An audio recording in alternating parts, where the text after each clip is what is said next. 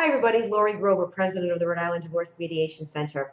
I decided to put a short video together for you in between my weekly vlogs because I wanted to share another piece of the foundation of a divorce that most people don't think about, and I was one of them, but yet it is so important to the entire process and ultimately the recovery. And that is the concept of the 5 different stages of divorce. Now, I'm not talking about the emotional side. That is something that's very different. What I want to focus on today and share with you is the practical side. So let's talk about the 5 stages of divorce. The first one is the decision to actually get divorced. And that's when divorcing goes from being something that you're just thinking about mentally to actually starting to prepare for that to happen. The second stage is deciding how your divorce is going to be conducted. So are you going to use separate attorneys? Are you going to use a mediator? It's how you're going to work through getting the settlement put together. The third stage is the preparation and planning stage, which we've talked about in other videos, which is incredibly important to the outcome.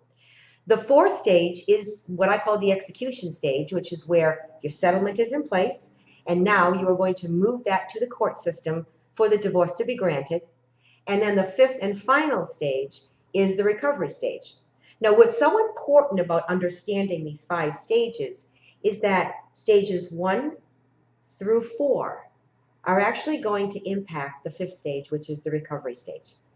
One thing I have not been shy about in my 11 years of working with divorcing couples is talking about how the biggest mistakes I made were financial, and that cost me in my recovery.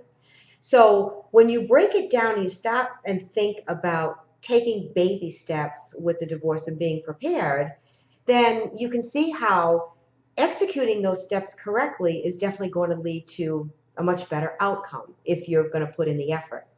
So one of the reasons why I think this is kind of overlooked or not realized by a lot of people has everything to do with the standard and typical traditional divorce culture that exists. And that culture has dictated for a long time that if you're going to get divorced, you hire an attorney, and that's pretty much it. There are steps that just follow along that course. But in reality, the creation of a settlement is an entirely separate process from going to court and having the divorce granted. And when you think about it that way, it makes a lot of sense. Most people think, and this is, again, because of the conditioning, most people think that because they're getting divorced and they have financial or child-related decisions to make, that these are legal decisions. They're not. These are personal decisions. They only become legal decisions when a couple cannot agree on their own. Attorneys get involved, and either the attorneys are negotiating behind the scenes or the court is actually making decisions for you. And that's kind of when these personal decisions or personal problems, if you want to call them that, become legal matters. So the idea in the ideal divorce, even if you're not 100% amicable, is to take the right steps so that your decision making is going to support a good outcome and in turn a good recovery that isn't going to take 5 or 6 years like mine did. But in order to get to that point, you have to understand that slowing down and taking each of these steps and putting thought into them really is part of your future. So you're planning for that 5th stage. And a lot of people kind of like to put it backwards and they reverse everything.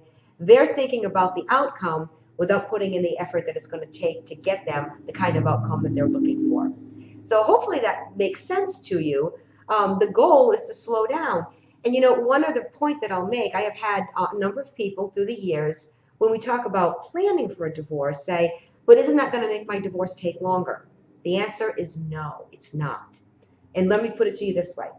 So let's say you and your spouse have 6 or 7 different things that you need to agree upon. You don't have any kids.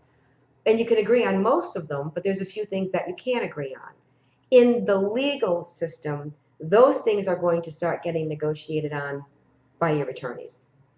If you take the time to sort through and then try to talk about what the viable options are, it's going to take you a lot less time to get through that.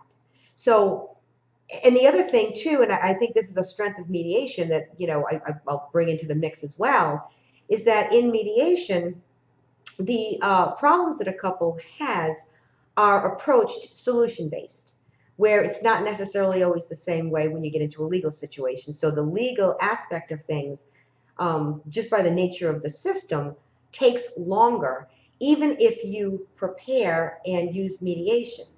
So there are a lot of benefits to slowing down in your preparation stage, because unless you're really focused on purposely making your divorce longer, harder, and more expensive, slowing down is going to get you where you want to go faster, but it's also going to put you in a great place when you get there. So there you have it. Those are the 5 stages of divorce. Hopefully I dispelled the myth about what planning means in a divorce, and we're going to talk more about that throughout this series. But I just wanted to bring that up because hopefully, if you're in the beginning stages of the divorce process, it's going to help you build on how to make this process good and effective for you, rather than having you, kind of veer off in directions that maybe you shouldn't be going in. So just a reminder from my last video, you did have some homework, and I wanted you to look at your goals and see if those goals could be attained, or how you're going to get there. And if you didn't write your goals, you needed to write them down and take a look at them. So hopefully I have shared another piece of good information for you. I enjoyed bringing it forward for you. I will see you on the next Divorce Blog Weekly. Take care.